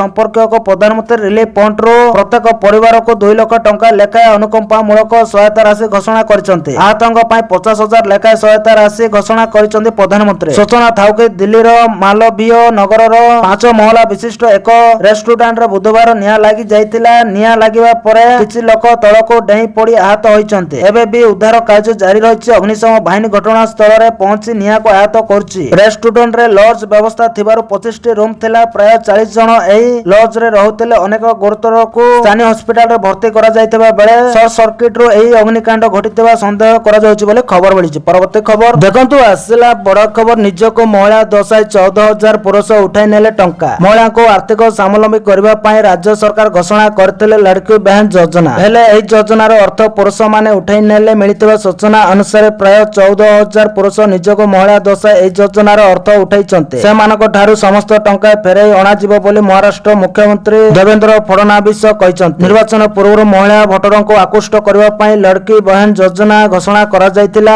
ନିର୍ବାଚନରେ ବିଜେପିର ବିଜୟ ପରେ ସେହି ଯୋଜନାକୁ କାର୍ଯ୍ୟକାରୀ କରାଯାଇଥିଲା। ଯୋଗ୍ୟ ମହିଳାକୁ ପ୍ରତି ମାସ 1,500 ଟଙ୍କା ଲେଖାଏଁ ରାଜ୍ୟ ସରକାର ପ୍ରଦାନ କରୁଥିଲେ। ହେଲେ ଏଥିରେ ଦୁର୍ନୀତି ହୋଇଥିବା ଅଭିଯୋଗ ହୋଇଛି। ପ୍ରାୟ 14,000 ପୁରୁଷ ନିଜକୁ ମହିଳା ଦର୍ଶାଇ ଟଙ୍କା ହଡପ କରିଥିବା ଅଭିଯୋଗ ହୋଇଛି। ଏହି ଘଟଣା ସାମ୍ନାକୁ ଆସିବା ପରେ ଯୋଜନାର ଭବିଷ୍ୟତକୁ ସନ୍ଦେହ ପ୍ରକାଶ ପାଇଥିଲା। ରାଜ୍ୟ ସରକାର ଏହି ଯୋଜନାକୁ ବନ୍ଦ କରିଦେବେ ବୋଲି ପ୍ରଚାର ହୋଇଥିଲା। ବିରୋଧୀଙ୍କ ଅପପ୍ରଚାରର ଜବାବ ଦେଇଛନ୍ତି ମୁଖ୍ୟମନ୍ତ୍ରୀ ଦେବେନ୍ଦ୍ର ଫଡନାବିସ। ସେ କହିଛନ୍ତି ଏହି ଯୋଜନା ବନ୍ଦ ହେବ ନାହିଁ। ଯୋଗ୍ୟ ମହିଳାମାନଙ୍କୁ ନିୟମିତ ଭାବେ ଏହାର ଲାଭ ମିଳିବ। ଜାରି ରହିବ। ଯୋଜନା ଅଧୀନର ହିତାଧିକାରୀଙ୍କ ଯାଞ୍ଚ ଅଭିଯାନ ସମୟରେ ଅନେକ ଆଶ୍ଚର୍ଯ୍ୟଜନକ ତଥ୍ୟ ସାମ୍ନାକୁ ଆସିଛି, ଯାହା ପରେ ଅଯୋଗ୍ୟ ହିତାଧିକାରୀଙ୍କ ନାମ ତାଲିକାରୁ ବାଦ ଦିଆଯାଇଛି। ଯୋଜନା ବନ୍ଦ ହେବ ନାହିଁ ବୋଲି ଖବର ମିଳିଛି। ପରବର୍ତ୍ତୀ ଖବର ଦେଖନ୍ତୁ, ଆସିଲା ବଡ଼ ଖବର। ମିଆଁମାରରେ ଭୟଙ୍କର ବିସ୍ଫୋରଣ, 55 ମୃତ ଓ 70ରୁ ଅଧିକ ଆହତ। ମିଆଁମାରରେ ଭୟଙ୍କର ବିସ୍ଫୋରଣ, ଏଥିରେ 55 ଜଣଙ୍କର ମୃତ୍ୟୁ ହୋଇଛି। ମୃତକଙ୍କ ମଧ୍ୟରେ ଅଛନ୍ତି 25 ଜଣ ମହିଳା। 70ରୁ ଅଧିକ ଲୋକ ଗୁରୁତର ଆହତ ହୋଇଛନ୍ତି। ଉତ୍ତର ପୂର୍ବ ମିଆଁମାରର ଏକ ଖଣି ବିସ୍ଫୋରକ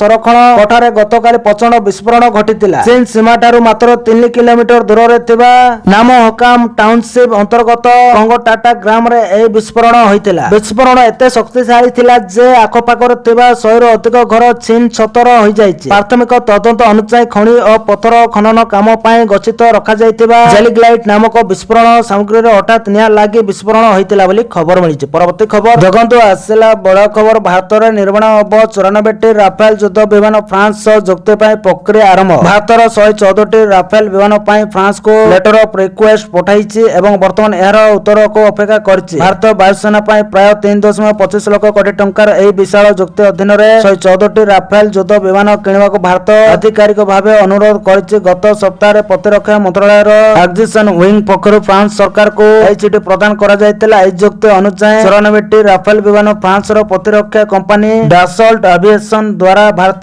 କମ୍ପାନୀ ସହଭାଗିତାରେ ଭାରତରେ ହିଁ ନିର୍ମାଣ କରାଯିବ ବୋଲି ଖବର ମିଳିଛି। ପରବର୍ତ୍ତୀ ଖବର ଦେଖନ୍ତୁ, ଆସିଲା ବଡ଼ ଖୁସି ଖବର। କାର୍ଯ୍ୟକ୍ରମ ହେଲା ରାୟଗଡ଼ା ରେଳବାଇ ଡିଭିଜନ। ଦକ୍ଷିଣ ଓଡ଼ିଶା ପାଇଁ ଆଜି ଏକ ବଡ଼ ଦିନ। ଆଜିର ଦିନରେ ରାୟଗଡ଼ା ରେଳବାଇ ଡିଭିଜନ ଆନୁଷ୍ଠାନିକ ଭାବେ କାର୍ଯ୍ୟକ୍ରମ ହୋଇଛି। ଏହି ନୂତନ ଡିଭିଜନ ସମଗ୍ର ଅଞ୍ଚଳର ରେଳ ସହଯୋଗୀକରଣକୁ ବୃଦ୍ଧି କରିବ। ଏହାଛଡ଼ା ଭିତ୍ତିଭୂମି ବିକାଶକୁ ତ୍ୱରାନ୍ୱିତ କରିବ। ରାୟଗଡ଼ା ରେଳବାଇ ମୁଖ୍ୟାଳୟ ପାଇଁ 2025 ଜାନୁଆରୀ 6 ତାରିଖରେ ପ୍ରଧାନମନ୍ତ୍ରୀ ନରେନ୍ଦ୍ର ମୋଦି ଶିଳାନ୍ୟାସ କରିଥିଲେ। ଏହି ଡିଭିଜନ ଗଠନ ଦ୍ୱାରା ଦକ୍ଷିଣ ଓଡ଼ିଶା ଓ ଏହାର ଆଖପାଖ ଅଞ୍ଚଳରେ ରେଳ ସହଯୋଗୀକରଣ ଏବଂ ଭିତ୍ତିଭୂମି ବିକାଶ ହେବ, ଯାହା ଯାତ୍ରୀ ଓ ମାଲ ପରିବହନ ଉଭୟରେ ସୁଧାର ଆଣିବ। ପୂର୍ବତଟ ରେଳପଥର ମୁଖ୍ୟ ଜନସମ୍ପର୍କ ଅଧିକାରୀ ଦୀପକ ରାଉତଙ୍କ କହିବା ଅନୁସାରେ ଏହି ନୂତନ ଡିଭିଜନ ପ୍ରକଳ୍ପ ଅନୁଧ୍ୟାନକୁ ବଳ ଦେବ, ସମଗ୍ର ଅଞ୍ଚଳରେ ବିକାଶମୂଳକ କାର୍ଯ୍ୟକ୍ରମର ରୂପାୟନକୁ ତ୍ୱରାନ୍ୱିତ କରିବ। ସେ ଆହୁରି ମଧ୍ୟ କହିଛନ୍ତି, ରାୟଗଡ଼ାରେ ଜଣେ ସମର୍ପିତ ଡିଭିଜନାଲ ରେଳବାଇ ମ୍ୟାନେଜର ଅବସ୍ଥାପିତ ହେବେ। ସେ ରାଜ୍ୟ ସରକାରୀ ସଂସ୍ଥା, ଜିଲ୍ଲା ପ୍ରଶାସନ, ଶିଳ୍ପ ଓ ସ୍ଥାନୀୟ ସମୁଦାୟ ସହିତ ସମନ୍ୱୟ ରକ୍ଷା କରିବା ଉପରେ ଗୁରୁତ୍ୱ ଦେବେ। ଏଥିସହ ପ୍ରକଳ୍ପ କାର୍ଯ୍ୟକୁ ଆଗକୁ ନେବେ ବୋଲି ଖବର ମିଳିଛି। ପରବର୍ତ୍ତୀ ଖବର ଦେଖନ୍ତୁ, ଆସିଲା ବଡ଼ ଖୁସି ଖବର। ଅଷ୍ଟମ ବେତନ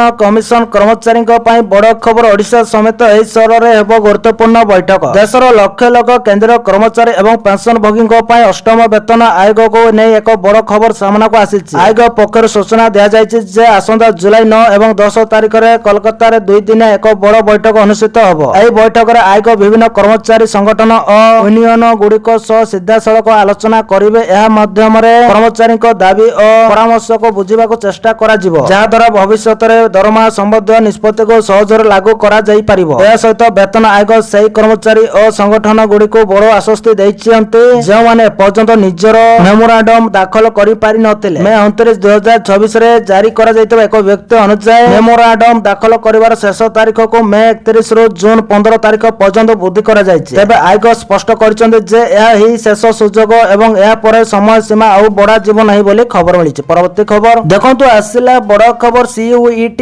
ୟୁଜି କେଳାକାରୀ ପରେ NTA ର ବଡ଼ ନିଷ୍ପତ୍ତି, ପୁଣି ଥରେ ପରୀକ୍ଷା ଦେବେ ଛାତ୍ରଛାତ୍ରୀ। ନ୍ୟାସନାଲ ଟେଷ୍ଟିଂ ଏଜେନ୍ସି ପକ୍ଷରୁ ପରିଚାଳିତ ହେଉଥିବା CUET ୟୁଜି 2024 ପରୀକ୍ଷାରେ ବଡ଼ ବୈଷୟିକ ତ୍ରୁଟି ଦେଖାଯିବା ପରେ ଏଜେନ୍ସି ଏକ ଗୁରୁତ୍ୱପୂର୍ଣ୍ଣ ନିଷ୍ପତ୍ତି ନେଇଛି। ଏହି ଗଡ଼ବଡ଼ି ଯୋଗୁଁ ପ୍ରଭାବିତ ହୋଇଥିବା 3765 ଜଣ ଛାତ୍ରଛାତ୍ରୀଙ୍କ ପାଇଁ ଏବେ ପୁଣି ଥରେ ପରୀକ୍ଷା ଆୟୋଜନ କରାଯିବ।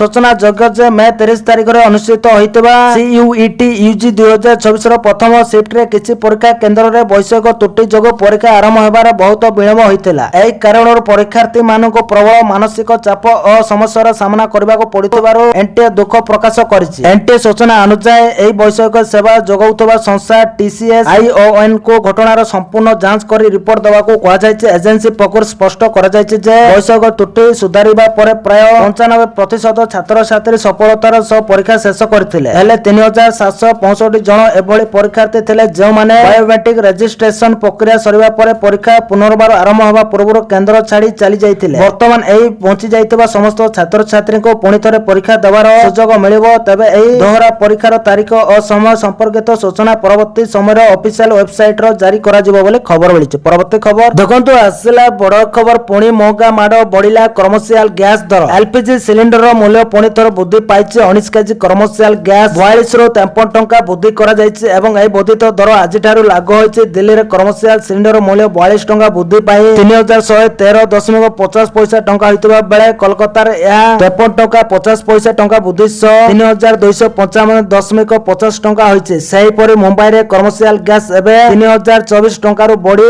3067.50 ଟଙ୍କା ହୋଇଯାଇଛି ଏବଂ ଚେନ୍ନାଇରେ ଏହାର ମୂଲ୍ୟ 3270 ଟଙ୍କାରୁ ବୃଦ୍ଧି ପାଇ 3283 ଟଙ୍କା ହୋଇଛି। ସୂଚନା ଅନୁଯାୟୀ 5 କେଜି ସିଲିଣ୍ଡର ମୂଲ୍ୟରେ ମଧ୍ୟ 11 ଟଙ୍କା ବୃଦ୍ଧି କରାଯାଇଛି, ଯେତେବେଳେ ଘରୋଇ ବ୍ୟବହାର ପାଇଁ ବ୍ୟବହୃତ 14.2 କେଜି LPG ସିଲିଣ୍ଡର ମୂଲ୍ୟ ପୁଣି ଥରେ କୌଣସି ପରିବର୍ତ୍ତନ କରାଯାଇ ନାହିଁ ଏବଂ ଏହାର ଦର ସ୍ଥିର ରହିଛି ବୋଲି ଖବର ମିଳିଛି। ପରବର୍ତ୍ତୀ ଖବର ଦେଖନ୍ତୁ, ଆସିଲା ବଡ଼ ଖବର। ଛାତ୍ରଛାତ୍ରୀଙ୍କୁ ତୁରନ୍ତ ପ୍ରମାଣ ପତ୍ର ଦେବାକୁ ରାଜସ୍ୱ ସଚିବଙ୍କ କଡ଼ା ନିର୍ଦ୍ଦେଶ। ଶିକ୍ଷାନୁଷ୍ଠାନରେ ନାମଲେଖା ନିମନ୍ତେ ଆବଶ୍ୟକ ପ୍ରମାଣ ପତ୍ର ତ୍ୱରିତ ପ୍ରଦାନ ନିମନ୍ତେ ରାଜସ୍ୱ ସଚିବଙ୍କ ନିର୍ଦ୍ଦେଶ। ଏଣିକି ତହସିଲ କାର୍ଯ୍ୟାଳୟରୁ ପ୍ରମାଣ ପତ୍ର ପାଇବାରେ ବିଳମ୍ବ ହେତୁ ନାମଲେଖାରୁ ବଞ୍ଚିତ ହେବେ ନାହିଁ କୌଣସି ଛାତ୍ରଛାତ୍ରୀ। ନାମଲେଖା ପାଇଁ ଆବଶ୍ୟକ ବାସିନ୍ଦା, ଆୟ ଏବଂ ଜାତି ପ୍ରମାଣ ପତ୍ର ଦେବାରେ ବିଳମ୍ବ କଲେ ଅଧିକାରୀଙ୍କ ବିରୋଧରେ କାର୍ଯ୍ୟାନୁଷ୍ଠାନ ହେବ। ଏନେଇ ରାଜସ୍ୱ ଓ ବିପର୍ଯ୍ୟୟ ପରିଚାଳନା ବିଭାଗର ଅତିରିକ୍ତ ମୁଖ୍ୟ ଶାସନ ସଚିବ ଡକ୍ଟର ଅରବିନ୍ଦ ପାଢ଼ୀ ସମସ୍ତ ଜିଲ୍ଲାପାଳଙ୍କୁ ଚିଠି ଲେଖିଛନ୍ତି। ଏହି ଅତ୍ୟାବଶ୍ୟକ ଜନସେବା ଗୁଡ଼ିକର ତୁରନ୍ତ ପ୍ରଦାନ ସୁନିଶ୍ଚିତ କରିବା ନିମନ୍ତେ ସମସ୍ତ ସମ୍ପୃକ୍ତ ଅଧିକାରୀଙ୍କୁ ସ୍ପଷ୍ଟ ନିର୍ଦ୍ଦେଶାବଳୀ ଜାରି କରାଯାଇଛି ବୋଲି ଖବର ମିଳିଛି। ପରବର୍ତ୍ତୀ ଖବର ଦେଖନ୍ତୁ, ଆସିଲା ବଡ଼ ଖବର। ସାଧାରଣ ଜନତାକୁ ମହଙ୍ଗା ମାଡ଼, 12 ଟଙ୍କା ଯାଏଁ ବଢିପାରେ ପେଟ୍ରୋଲ ଡିଜେଲ ଦାମ। ଯଦି ଆପଣ ପେଟ୍ରୋଲ ଏବଂ ଡିଜେଲର ବୃଦ୍ଧିରୁ ଶୀଘ୍ର ମୁକ୍ତି ପାଇବା ପାଇଁ ଆଶା କରୁଛନ୍ତି, ତେବେ ଏଠାରେ କିଛି ଚିନ୍ତାଜନକ ଖବର ଅଛି। ଗତ ମାସରେ ତେଲ ମୂଲ୍ୟରେ ଲଗାତାର 4 ଥର ବୃଦ୍ଧି ସତ୍ତ୍ୱେ ସାଧାରଣ ଜନତା ଆଗାମୀ ଦିନରେ ଆଉ ଏକ ଗୁରୁତ୍ୱପୂର୍ଣ୍ଣ ମୂଲ୍ୟ ବୃଦ୍ଧିର ସମ୍ମୁଖୀନ ହୋଇପାରନ୍ତି। ବଜାର ବିଶେଷଜ୍ଞ ଏବଂ ମୂଲ୍ୟାଙ୍କନ ସଂସ୍ଥା ICRA ଅନୁଯାୟୀ ସରକାର ତେଲ ମାର୍କେଟିଂ କମ୍ପାନୀ ଗୁଡ଼ିକ OMCS ସେମାନଙ୍କର କ୍ଷତିପୂରଣ ପାଇଁ ପେଟ୍ରୋଲ ଏବଂ ଡିଜେଲର ମୂଲ୍ୟ ପ୍ରତି ଲିଟର 12 ଟଙ୍କା ପର୍ଯ୍ୟନ୍ତ ଯଥେଷ୍ଟ ବୃଦ୍ଧି କରିବାକୁ ପଡ଼ିପାରେ। ଯଦିଓ ଗତ ମାସରେ ପେଟ୍ରୋଲ ଏବଂ ଡିଜେଲର ମୂଲ୍ୟ ବୃଦ୍ଧି ପାଇଛି, ତଥାପି ଭାରତର ଇନ୍ଧନ ଅନ୍ତର୍ଜାତୀୟ ବଜାର ତୁଳନାରେ ଶସ୍ତାରେ ବିକ୍ରି ହେଉଛି। ବିଶେଷଜ୍ଞଙ୍କ ଅନୁଯାୟୀ ସରକାର ତେଲ କମ୍ପାନୀ ଗୁଡ଼ିକ ଯେପରିକି ଇଣ୍ଡିଆନ ଅଏଲ, ଭାରତ ପେଟ୍ରୋଲିୟମ ଏବଂ ହିନ୍ଦୁସ୍ତାନ ପେଟ୍ରୋଲିୟମ ବର୍ତ୍ତମାନ ପେଟ୍ରୋଲରେ ପ୍ରତି ଲିଟର ଏବଂ ଡିଜେଲରେ 4.5 ପ୍ରତି ଲିଟର ମାର୍କେଟିଂ କ୍ଷତି ସହୁଛନ୍ତି ବୋଲି ଖବର ମିଳିଛି। ପରବର୍ତ୍ତୀ ଖବର ଦେଖନ୍ତୁ, ଆସିଲା ବଡ଼ ଖବର। ନେତାନ୍ୟାହୁଙ୍କୁ ଫୋନ କରି ପାଗଳ କହିଲେ ଟ୍ରମ୍ପ, ମୁଁ ନଥିଲେ ଏବେ ତୁମେ ଜେଲରେ ଥାନ୍ତ। ସୋମବାର ଦିନ ଡୋନାଲ୍ଡ ଟ୍ରମ୍ପ ଇସ୍ରାଏଲି ପ୍ରଧାନମନ୍ତ୍ରୀ ବେଞ୍ଜାମିନ ନେତାନ୍ୟାହୁଙ୍କୁ ଫୋନ କରିଥିଲେ ଏବଂ ଲେବାନନ ଉପରେ ଇସ୍ରାଏଲର ଆକ୍ରମଣ ବୃଦ୍ଧି ପାଇଁ ତାଙ୍କୁ କଡ଼ା ସମାଲୋଚନା କରିଥିଲେ। ସେ ନେତାନ୍ୟାହୁଙ୍କୁ ପାଗଳ ବୋଲି ମଧ୍ୟ କହିବାକୁ ପଛାଇ ନଥିଲେ। ଲେବାନନ ବିରୋଧରେ ଇସ୍ରାଏଲର ତୀବ୍ର କାର୍ଯ୍ୟାନୁଷ୍ଠାନର ଜବାବରେ ଇରାନ ଆମେରିକା ସହିତ ଶାନ୍ତି ଆଲୋଚନା ପରିତ୍ୟାଗ କରିବାକୁ ଧମକ ଦେବା ପରେ ଏସବୁ ଘଟଣା ସାମ୍ନାକୁ ଆସିଥିଲା। ଟ୍ରମ୍ପ ଏବଂ ନେତାନ୍ୟାହୁଙ୍କ ମଧ୍ୟରେ ହୋଇଥିବା କଲ୍ ସହିତ ପରିଚିତ 2 ଜଣ ଆମେରିକୀୟ ଅଧିକାରୀ ଏବଂ ତୃତୀୟ ସୂତ୍ରକୁ ଉଦ୍ଧୃତ କରି ଆକ୍ସିଓସ ରିପୋର୍ଟ କରିଛି ଯେ ଆଲୋଚନା ସମୟରେ ଟ୍ରମ୍ପ ନେତାନ୍ୟାହୁଙ୍କୁ ପାଗଳ ବୋଲି କହିଥିଲେ ଏବଂ ତାଙ୍କୁ କୃତ୍ରିମତାର ଅଭିଯୋଗ କରିଥିଲେ ବୋଲି ଖବର ମିଳିଛି। ପରବର୍ତ୍ତୀ ଖବର ଦେଖନ୍ତୁ, ଆସିଲା ବଡ଼ ଖୁସି ଖବର। ଚିଟଫଣ୍ଡ କ୍ଷତିଗ୍ରସ୍ତଙ୍କ ପାଇଁ ଭଲ ଖବର। ମୂଳ ଜମା ରସିଦ ନଥିଲେ ବି ମିଳିବ ଟଙ୍କା। ରାଜ୍ୟର ଚିଟଫଣ୍ଡ କ୍ଷତି କ୍ଷତିଗ୍ରସ୍ତ କ୍ଷୁଦ୍ର ଜମାକାରୀଙ୍କ ପାଇଁ ଆସିଲା ଭଲ ଖବର। ଚିଟଫଣ୍ଡ ଟଙ୍କା ଫେରସ୍ତ ପ୍ରକ୍ରିୟାର ସମୟସୀମାକୁ ରାଜ୍ୟ ସରକାର ଆଉ 5 ମାସ ବୃଦ୍ଧି କରିଛନ୍ତି। ପୂର୍ବରୁ ଏହି ଅବଧି 31 ମାର୍ଚ୍ଚ 2024 ପର୍ଯ୍ୟନ୍ତ ଧାର୍ଯ୍ୟ ହୋଇଥିବା ବେଳେ ଏବେ ଏହାକୁ 31 ଅଗଷ୍ଟ 2024 ପର୍ଯ୍ୟନ୍ତ ବଢ଼ାଇ ଦିଆଯାଇଛି। ତଦନ୍ତ କମିଶନଙ୍କ ଦ୍ୱାରା ସୁପାରିଶ ହୋଇଥିବା 10,000 ଟଙ୍କା ପର୍ଯ୍ୟନ୍ତ ଜମା କରିଥିବା କ୍ଷୁଦ୍ର ଜମାକାରୀ ମାନେ ଏହି ସୁବିଧା ପାଇପାରିବେ। ସରକାରଙ୍କ ଅନେକ ପ୍ରଚେଷ୍ଟା ସତ୍ତ୍ୱେ ମଧ୍ୟ ବହୁ କ୍ଷୁଦ୍ର ଜମାକାରୀ ସେମାନଙ୍କର ମୂଳ ରସିଦ ହରାଇ ବସିଥିବାରୁ ଚିଟଫଣ୍ଡ ଟଙ୍କା ପାଇବାରୁ ବଞ୍ଚିତ ହେଉଥିଲେ। ଏହାକୁ ଦୃଷ୍ଟିରେ ରଖି ସରକାର ନିୟମ କୋହଳ କରିଛନ୍ତି। ଏବେ ବିନା ଜମା ରସିଦରେ ବି ମିଳିବ ଟଙ୍କା। ଟଙ୍କା ପାଇବା ପାଇଁ କେବଳ ପରିଚୟ ପତ୍ର ଆବଶ୍ୟକ ପଡ଼ିବ। ତଦନ୍ତ କମିଶନ ସୁପାରିଶ ଆଧାରରେ ଜମାକାରୀ ମାନେ ମୂଳ ରସିଦ ବିନା କେବଳ ନିଜର ଆଧାର, ପାନ ବା ଭୋଟର ଆଇଡି କାର୍ଡ ଭଳି ପରିଚୟ ପତ୍ର ଦେଖାଇ ଟଙ୍କା ଫେରସ୍ତ ପାଇପାରିବେ। ଆବେଦନକାରୀ ସ୍ଥାନୀୟ ଆରଆଇଙ୍କ ନିକଟରେ ପରିଚୟ ପତ୍ର ସହ ବ୍ୟାଙ୍କ ଡିଟେଲ୍ସ ଦାଖଲ କରିବେ। ଆବେଦନ କରିବାର 15 ଦିନ ଭିତରେ ଟଙ୍କା ଫେରି ପାଇବେ। ଜମାକାରୀ ମାନେ ନିଜ ଜିଲ୍ଲାର ସରକାରୀ ୱେବସାଇଟ କିମ୍ବା www.opid.odisha.government.in କୁ ଯାଇ ନିଜ ଆବେଦନର ସ୍ଥିତି ଯାଞ୍ଚ କରିପାରିବେ ବୋଲି ଖବର ମିଳିଛି। ପରବର୍ତ୍ତୀ ଖବର ଦେଖନ୍ତୁ, ଆସିଲା ବଡ଼ ଖବର। ସବୁଧାରା ପଞ୍ଚମ କିସ୍ତି ଟଙ୍କା କେବେ ଆସିବ ନୋଟ କରନ୍ତୁ ତାରିଖ। ଏମାନେ ପାଇବେ 5,000। ରାଜ୍ୟ ସରକାରଙ୍କ ଫ୍ଲାଗସିପ୍ ସ୍କିମ୍ ସବୁଧାରା ଯୋଜନାର ଚତୁର୍ଥ କିସ୍ତି ଟଙ୍କା ହିତାଧିକାରୀଙ୍କ ଖାତାକୁ ଆସି ସାରିଛି। ଚତୁର୍ଥ କିସ୍ତିରେ ମୋଟ 20,000 ଟଙ୍କା ପାଇଛନ୍ତି 1 କୋଟିରୁ ଅଧିକ ହିତାଧିକାରୀ। ସେହିଭଳି ଚତୁର୍ଥ କିସ୍ତି ପାଇନଥିବା 1 ଲକ୍ଷରୁ ଅଧିକ ମହିଳାଙ୍କ ଖାତାକୁ ଭେରିଫିକେସନ ପରେ ଗତ ମେ 4 ତାରିଖରେ ଆସିଛି ସବୁଧାରା ଟଙ୍କା। ଏବେ ପଞ୍ଚମ କିସ୍ତିକୁ ଅପେକ୍ଷା କରିଛନ୍ତି ମହିଳା। ସମସ୍ତ ଯୋଗ୍ୟ ହିତାଧିକାରୀଙ୍କ ନିକଟରେ ଯେଭଳି ଭାବେ ସବୁଧାରା ପହଞ୍ଚିବେ ସେ ନେଇ ଯୋଜନାକୁ କ୍ରିୟାନ୍ୱୟନ କରିବାକୁ ଲଗାତାର ଭାବେ ପ୍ରୟାସ କରିଛନ୍ତି ସରକାର। ଗତ ମାର୍ଚ୍ଚ 8 ତାରିଖ ଅର୍ଥାତ୍ ମହିଳା ଦିବସ ଅବସରରେ ରାଜ୍ୟର 1 କୋଟିରୁ ଅଧିକ ହିତାଧିକାରୀଙ୍କ ଖାତାକୁ ଆସିଥିଲା ସବୁଧାରା ଯୋଜନା ଟଙ୍କା। ତେବେ ପଞ୍ଚମ କିସ୍ତି ଟଙ୍କା କେବେ ଆସିବ, କେଉଁମାନେ ପାଇବେ? ସମସ୍ତ ଯୋଗ୍ୟ ହିତାଧିକାରୀଙ୍କ ନିକଟରେ ସବୁଧାରା ଯୋଜନା ଟଙ୍କା ପହଞ୍ଚାଇବା ନେଇ ପୂର୍ବରୁ ବି ଘୋଷଣା କରିସାରିଛନ୍ତି ରାଜ୍ୟ ସରକାର। ବର୍ଷକୁ 2ଟି କିସ୍ତିରେ ସବୁଧାରା ଟଙ୍କା ପଠାଉଛନ୍ତି ରାଜ୍ୟ ସରକାର। ଗୋଟିଏ କିସ୍ତି ମହିଳା ଦିବସ ଓ ଅନ୍ୟଟି ରାକ୍ଷୀ ପୂର୍ଣ୍ଣିମା ଦିନ ଆସୁଛି। ତେବେ ଆସନ୍ତା ରାକ୍ଷୀ ପୂର୍ଣ୍ଣିମାରେ ସବୁଧାରା ଯୋଜନାର ପଞ୍ଚମ କିସ୍ତି ଟଙ୍କା ଖାତାକୁ ଆସିବ। ମହିଳା ଦିବସରେ ମିଳିଥିବା ଚତୁର୍ଥ କିସ୍ତି ଟଙ୍କା ଏବେ ନୂଆ କରି ଆବେଦନ ଜାରି ରହିଛି। ଯେଉଁମାନଙ୍କର ବୟସ ହୋଇଯାଇଛି ସେମାନେ ଆସନ୍ତା ଏପ୍ରିଲ 30 ତାରିଖ ଯାଏଁ ଆବେଦନ କରିପାରିବେ। ଅର୍ଥାତ୍ ଆଉ 4 ଦିନ ଭିତରେ ଆବେଦନ କରିବାକୁ ପଡ଼ିବ। ତାପରେ ଆଉ ଆବେଦନ କରିବେ ନାହିଁ। ଏବେ ସବୁଧାରା ଆବେଦନ କରିବାକୁ ପୋର୍ଟାଲ ଖୋଲା ରହିଛି। ଯେଉଁମାନେ ଯୋଗ୍ୟ ଏବଂ ସରକାରଙ୍କ ଦ୍ୱାରା ନିର୍ଦ୍ଧାରିତ ବୟସ ହୋଇଯାଇଛି ସେମାନେ ଆବେଦନ କରିପାରିବେ। ପୂର୍ବରୁ 4ଟି କିସ୍ତିରେ ମୋଟ 20,000 ଟଙ୍କା ଲେଖାଏଁ ପାଇ ସାରିଛନ୍ତି ରାଜ୍ୟର 1 କୋଟିରୁ ଅଧିକ ମହିଳା। କିନ୍ତୁ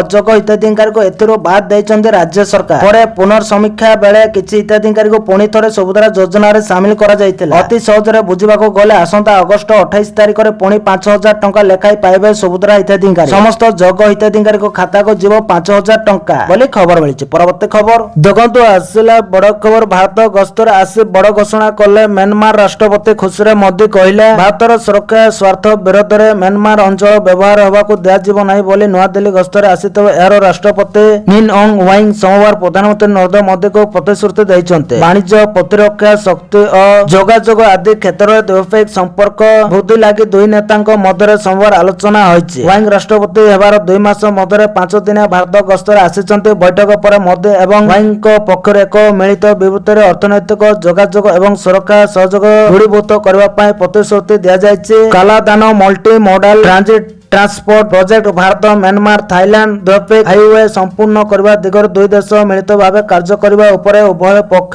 ପ୍ରାଧାନ୍ୟ ଦେଇଛନ୍ତି ବୋଲି ଖବର ମିଳିଛି। ପରବର୍ତ୍ତୀ ଖବର ଦେଖନ୍ତୁ, ଆସିଲା ବଡ଼ ଖବର। ଭାରତକୁ ବଡ଼ ଝଟକା ଦେଲେ ଟ୍ରମ୍ପ। ପୁଣି ଲଗାଇବେ ଟାରିଫ ଲିଷ୍ଟରେ ଚୀନ, ବାଂଲାଦେଶ ହେଲେ ପାକିସ୍ତାନକୁ ଛାଡ଼। ଭାରତ ସମେତ 60ଟି ଦେଶ ଏବଂ ଅର୍ଥନୀତି ବିରୁଦ୍ଧରେ ଆମେରିକା ପ୍ରମୁଖ ବାଣିଜ୍ୟ କାର୍ଯ୍ୟାନୁଷ୍ଠାନ ପ୍ରସ୍ତାବ ଦେଇଛି। ଆମେରିକା ବାଣିଜ୍ୟ ପ୍ରତିନିଧି USTR କହିଛନ୍ତି ଯେ ଏହି ଦେଶଗୁଡ଼ିକ ବଳପୂର୍ବକ ଶ୍ରମ ବ୍ୟବହାର କରି ଉତ୍ପାଦିତ ସାମଗ୍ରୀ ଆମଦାନୀ ଉପରେ ପ୍ରଭାବଶାଳୀ ନିଷେଧ କାର୍ଯ୍ୟକାରୀ କରିବାରେ ବିଫଳ ହୋଇଛନ୍ତି ବୋଲି ଅଭିଯୋଗ ହୋଇଛି। ଏହାକୁ ଆମେରିକା ବାଣିଜ୍ୟ ଏବଂ ଶିଳ୍ପ ପାଇଁ କ୍ଷତିକାରକ ବୋଲି ଦର୍ଶାଇ ଏକ ଆମେରିକୀୟ ଏଜେନ୍ସି ଅତିରିକ୍ତ ଶୁଳ୍କ ଲଗାଇବାକୁ ପ୍ରସ୍ତାବ ଦେଇଛି। ଏହି ବିକାଶ ଏପରି ଏକ ସମୟରେ ଆସିଛି ଯେତେବେଳେ ଭାରତ ଏବଂ ଆମେରିକା ମଧ୍ୟରେ ଏକ ଦ୍ୱିପାକ୍ଷିକ ବାଣିଜ୍ୟ ଚୁକ୍ତିକୁ ଚୂଡ଼ାନ୍ତ କରିବା ପାଇଁ ନିରନ୍ତର ଆଲୋଚନା ଚାଲିଛି ବୋଲି ଖବର ମିଳିଛି। ପରବର୍ତ୍ତୀ ଖବର ଦେଖନ୍ତୁ, ଆସିଲା ବଡ଼ ଖବର। ଡେନମାର୍କ ପ୍ରଧାନମନ୍ତ୍ରୀଙ୍କ ବୟାନକୁ ନେଇ ସାରା ବିଶ୍ୱ ଚକିତ। ଯଦି ଆଜି ମୋର ଛୋଟ ପିଲା ଥାଆନ୍ତେ ତାହେଲେ ମୁଁ ସେମାନଙ୍କୁ ସୋସିଆଲ ମିଡିଆରେ ଏକା ଛାଡ଼ିବା ଅପେକ୍ଷାରେ ସିଗାରେଟ ପିଆଇବାକୁ ଦେବା ଅଧିକ ପସନ୍ଦ କରିଥାନ୍ତି। ବାସ୍ ଏହାପରେ ଆରମ୍ଭ ହୋଇଛି ମହାଭାରତ। ଡେନମାର୍କର ପ୍ରଧାନମନ୍ତ୍ରୀ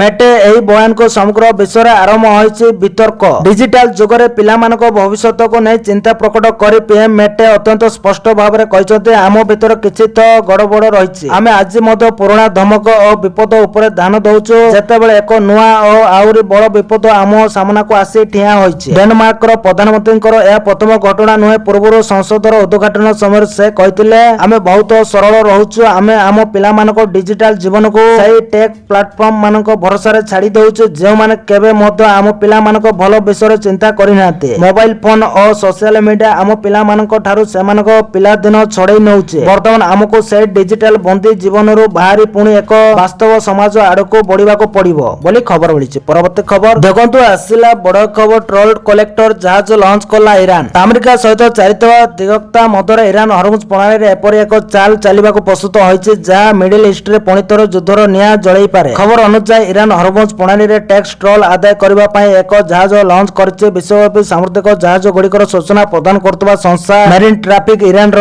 ଏହି ଟ୍ରୋଲ କଲେକ୍ଟର ଜାହାଜ ସମ୍ପର୍କରେ ଖୁଲାସା କରିଛି। ମାରିନ୍ ଟ୍ରାଫିକ ଅନୁଯାୟୀ ଇରାନର ଏହି ଜାହାଜର ନାମ IRGC ଟ୍ରୋଲ କଲେକ୍ଟର ରଖାଯାଇଛି। ଇରାନର ଶକ୍ତିଶାଳୀ ମିଲିସିଆ ସଂଗଠନ Islamic revolution guard corps IRGC ନାମରେ ଏହାର ନାମକରଣ କରାଯାଇଛି। ଏଥିରୁ ସ୍ପଷ୍ଟ ହେଉଛି ଯେ ଏହି ଜାହାଜଟି IRGC ର ଯୁଦ୍ଧ ବ୍ୟବହାରର ଏକ ଅଂଶ। ମାରିନ୍ ଟ୍ରାଫିକ ରବିବାର ଦିନ ଏହି ଜାହାଜ ସମ୍ପର୍କରେ ସୂଚନା ସେୟାର କରିଛି। ବର୍ତ୍ତମାନ ଏହି ଜାହାଜ କେଶମ ଦ୍ୱୀପ ନିକଟସ୍ଥ IRGC ର ଏକ ନୌସେନା ଆଧାରରେ ଲଙ୍ଗର ପକାଇ ରହିଛି, କିନ୍ତୁ ଏହାର ଗନ୍ତବ୍ୟସ୍ଥଳ ଭାବରେ ଇରାନ ଟ୍ରୋଲ କଲେକ୍ସନ ଟ୍ରୋଲ ଆଦାୟ ବୋଲି ଉଲ୍ଲେଖ କରିଛି ବୋଲି ଖବର ମିଳିଛି। ପରବର୍ତ୍ତୀ ଖବର ଦେଖନ୍ତୁ, ଆସିଲେ ବଡ଼ ଖବର। ଦ୍ୱିତୀୟ ବିଶ୍ୱଯୁଦ୍ଧ ପରେ ଜାପାନ ଶାନ୍ତିବାଦୀ ନୀତି ଆପଣାଇଛି। ସିଙ୍ଗାପୁରରେ ଆୟୋଜିତ ହୋଇଛି ସାଙ୍ଗିଲା ଡାଇଲଗ। ଏହା ହେଉଛି ଏସିଆ ମହାଦେଶର ଏକ ଗୁରୁତ୍ୱପୂର୍ଣ୍ଣ ପ୍ରତିରକ୍ଷା ଓ ସୁରକ୍ଷା ସମ୍ମିଳନୀ। ଏଥିରେ ମୁହାଁମୁହିଁ ହୋଇଛନ୍ତି ଚୀନ ଓ ଜାପାନ। ସୁରକ୍ଷା ସମ୍ମିଳନୀରେ ଚୀନର ସମାଲୋଚନାର ଜବାବ ଦେଇଛନ୍ତି ଜାପାନର ପ୍ରତିରକ୍ଷା ମନ୍ତ୍ରୀ ଶିଜିରୋ କୋଇଜୁମି। ସେ କହିଛନ୍ତି, ଜାପାନ ନିଜର ପ୍ରତିରକ୍ଷା ଶକ୍ତି ବଢ଼େଇ ଚାଲିବ, ଏହାକୁ ନୂଆ ସାମରିକ ବାଦ କହିବା ଠିକ ହେବ ନାହିଁ। ପ୍ରକୃତରେ ଜାପାନର ପ୍ରଧାନମନ୍ତ୍ରୀ ସାନେ ତାକାଇଚିଙ୍କ ନେତୃତ୍ୱରେ ଦେଶ ନିଜର ସୁରକ୍ଷା ଓ ପ୍ରତିରକ୍ଷା ନୀତିକୁ ପୂର୍ବାପେକ୍ଷା ଅଧିକ ମଜବୁତ କରୁଛି। ସେ କହିଛନ୍ତି, ଦ୍ୱିତୀୟ ବିଶ୍ୱଯୁଦ୍ଧ ପରେ ଜାପାନ ଶାନ୍ତିବାଦୀ ନୀତି ଆପଣାଇଛି, କିନ୍ତୁ ଏବେ ଆମେରିକାର ସମର୍ଥନରେ ନିଜର ପ୍ରତିରକ୍ଷା କ୍ଷମତାକୁ ବଢ଼ାଇବା ଉପରେ ଗୁରୁତ୍ୱ ଦିଆଯାଉଛି। ଚୀନ ଲଗାତାର ଜାପାନର ଏହି ନୀତିର ସମାଲୋଚନା କରି ଆସୁଛି ବୋଲି ସେ କହିଛନ୍ତି ବୋଲି ଖବର ମିଳିଛି। ପରବର୍ତ୍ତୀ ଖବର ଦେଖନ୍ତୁ, ଆସିଲା ବଡ଼ ଖବର। ରାଜ୍ୟରେ ଭତ୍ତାକୁ ନେଇ ଆସିଲା ବଡ଼ ଅପଡେଟ। ମନମୋହନ ସାମଲ କହିଲେ, ରାଜ୍ୟରେ ଭତ୍ତା ବଣ୍ଟନ ସମସ୍ୟାକୁ ନେଇ ବଡ଼ ଘୋଷଣା କରିଛନ୍ତି ରାଜ୍ୟ ଭାଜପା ସଭାପତି ମନମୋହନ ସାମଲ। ସେ କହିଛନ୍ତି, ଆସନ୍ତା 15 ଦିନ ମଧ୍ୟରେ ଭତ୍ତା ସମସ୍ୟାର ସମାଧାନ କରାଯିବ। ନୂଆ ସଫ୍ଟୱେର ଲାଗୁ ହେବାରୁ ଗତ 2 ମାସ ଧରି ଭତ୍ତା ପ୍ରଦାନରେ ବ୍ୟତିକ୍ରମ ଦେଖାଦେଇଛି। ବିଶେଷ କରି ଯେଉଁମାନେ ଅନଲାଇନ ମାଧ୍ୟମରେ ଭତ୍ତା ପାଉଛନ୍ତି ସେମାନେ ଅଧିକ ପ୍ରଭାବିତ ହୋଇଛନ୍ତି। ଅନ୍ୟପଟେ ଯେଉଁମାନେ କ୍ୟାଶ ଆକାରରେ ଭତ୍ତା ପାଉଥିଲେ ସେମାନଙ୍କୁ ଏପରି ସମସ୍ୟା ସାମ୍ନା କରିବାକୁ ପଡ଼ିନାହିଁ ବୋଲି ସେ ସ୍ପଷ୍ଟ କରିଛନ୍ତି। ମନମୋହନ ସାମଲ ଆହୁରି କହିଛନ୍ତି ଯେ କେନ୍ଦ୍ର ସରକାର ପକ୍ଷରୁ ନୂଆ ସଫ୍ଟୱେର ଡେଭଲପ କାମ ଚାଲିଛି ଏବଂ କେନ୍ଦ୍ର ଓ ରାଜ୍ୟ ସରକାର ଯୁଗ ଭାବେ ଭତ୍ତା ବଣ୍ଟନ ବ୍ୟବସ୍ଥାକୁ ସୁଦୃଢ଼ କରୁଛନ୍ତି। ସେ ନିଶ୍ଚିତ କରିଛନ୍ତି ଯେ ଯେଉଁମାନେ ଏପର୍ଯ୍ୟନ୍ତ ଭତ୍ତା ପାଇନାହାନ୍ତି ସେମାନଙ୍କୁ ଏକକାଳୀନ ଭାବେ ଟଙ୍କା ପ୍ରଦାନ କରାଯିବ ବୋଲି ଖବର ମିଳିଛି। ପରବର୍ତ୍ତୀ ଖବର ଦେଖନ୍ତୁ, ଆସିଲା ବଡ଼ ଖବର। ଓଡ଼ିଶାରେ ଚାଲିବ ଗ୍ରୀନ ହାଇଡ୍ରୋଜେନ ବସ୍। ଏହି ସବୁ କରିଡରରେ ମିଳିବ ସେବା। ରାଜ୍ୟରେ ସ୍ଥାୟୀ ସହରୀ ପରିବହନ ବ୍ୟବସ୍ଥାକୁ ସୁଦୃଢ଼ କରାଯିବା ସହ ସ୍ୱଚ୍ଛ ଶକ୍ତି ସଂକ୍ରାନ୍ତ ରୂପାନ୍ତରଣ ପ୍ରକ୍ରିୟାକୁ ତ୍ୱରାନ୍ୱିତ କରାଯିବ। ଏହି କ୍ରମରେ ଓଡ଼ିଶାର ଗ୍ରୀନ ହାଇଡ୍ରୋଜେନ ବସ୍ ଚଳାଚଳ କରିବ।